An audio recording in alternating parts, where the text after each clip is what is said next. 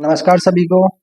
आज हम देख रहे हैं जो फोटोसिंथेसिस में इतना बड़ा पैराग्राफ में दे रखे हैं ना, शुरुआत में जो एक्सपेरिमेंट दे रखे हैं उनमें साइंटिस्ट है, उनके बारे में देखते हैं।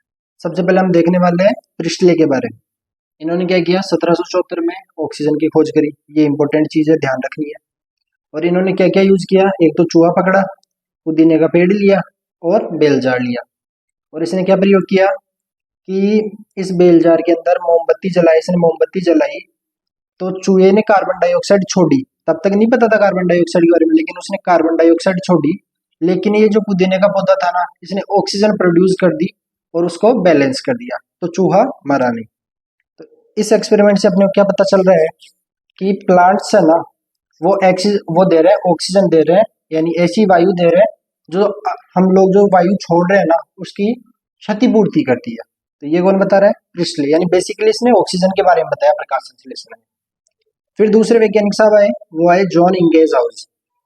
इन्होंने क्या बताया, इन्होंने बताया कि प्रकाश संश्लेषण के लिए सूर्य का प्रकाश बहुत ज्यादा जरूरी है। और इन्होंने ये पूरा सेटअप तो यही लिया, लेकिन इन्होंने साथ में पौधा लिया, वो एक्वेटिक प्लांट लिया, जलीय पौधा लिया। और इन्होंने बताया कि जो पौधों का हरा भाग है वो ऑक्सीजन छोड़ता है। उसके बाद में है जेविसेक्स। ठीक है मेरे भाई। इन्होंने बताया सीधी सी बात की ग्लूकोज बनेगा, प्रकाश संश्लेषण के थ्रू ग्लूकोज बनेगा। उसके बाद में कौन आए, टी.डब्ल्यू. एंजलमैन आए। इन्होंने क्या बताया, इन्होंने बताया कि जो फोटोसिंथेसिस है उसका सक्रिय स्पेक्ट्रम कैसा होता है, यानी जो स्पेक्ट्रम बनाते हैं हम विबग्योर के लिए, वो कैसा होता है। तो इन्होंने क्या किया, प्रिज्म लिया और प्रिज्म में से दृश्य प्रकाश को गुजारा। और गुजारने के बाद में इन्होंने क्या रखा, क्लेडोफोरा सेवाल रखी। ये ब्लू ग्रीन एल्गी है क्लेडोफोरा, यानी प्रकाश संश्लेषण करेगी। और साथ में लिया ऑक्सी बैक्टीरिया, ऐसे बैक्टीरिया जिनको श्वसन के लिए ऑक्सीजन चाहिए। तो ये ऑक्सी बैक्टीरिया उस जगह पे जाके इकट्ठे हो गए क्लेडोफोरा में, जहां से ऑक्सीजन निकल रही थी। ठीक है, ऑक्सीजन निकल रही थी। और ऑक्सीजन कहाँ और प्रकाश संश्लेषण ज्यादा कहाँ पर हो रहा था, वो अपने को बताइए, ब्लू और रेड में होता है। तो ये क्लेडोफोरा का काम में लिया और ऑक्सी बैक्टीरिया का काम में लिया, और इन्होंने एक्शन स्पेक्ट्रम बताया। उसके बाद में आया अपने नील साहब, सीवी नील, कार्बन नील। इन्होंने क्या क्या यूज में लिया, इन्होंने ग्रीन पर्पल बैक्टीरिया काम में लिया। और इन्होंने बताया कि जो ऑक्सीजन प्रकाश संश्लेषण में मुक्त हो रही है वो जल से आती है। और यही बाद में अपन जब रेडियो आइसोटोप टेक्निक आई ना, जब विकिरण सक्रिय तकनीक आई लेट 1950s में, तब पता चला इसके बारे में। तो इनका जो इक्वेशन दे रखा है वो ऐसे दे रखा है कि यहाँ हम वैसे जनरली H2O लेते हैं, लेकिन इन्होंने H2O लिया क्योंकि ग्रीन सल्फर बैक्टीरिया या तो ये सल्फर लेंगे या और कोई कंपोनेंट लेंगे।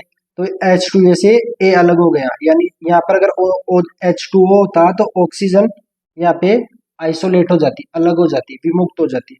तो इस इक्वेशन के थ्रू उन्होंने बताया कि ऑक्सीजन हमेशा जल से आती है प्रकाश संश्लेषण में। अब एक स्टार्टिंग में एक्सपेरिमेंट दे रखा है, मोल्स एक्सपेरिमेंट। ये वैसे 9th-10th में देते हैं डिटेल से, तो लेकिन यहाँ पर दे रखा है कि आधी पत्ती का जो प्रयोग है वो कैसे है। तो इसमें ज्यादा कुछ खास नहीं है कि इन्होंने टेस्ट ट्यूब लिया, आधी पत्ती को टेस्ट ट्यूब के अंदर डाला और आधी पत्ती को बाहर रखा और सूर्य के प्रकाश में रखा पत्ती को।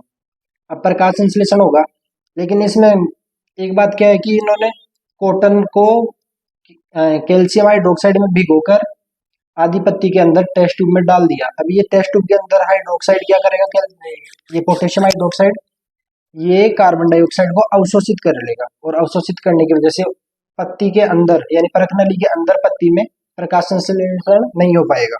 तो इन्होंने बताया कि प्रकाश संश्लेषण के लिए कार्बन डाइऑक्साइड बहुत बहुत जरूरी होती है। ठीक है भैया, धन्यवाद।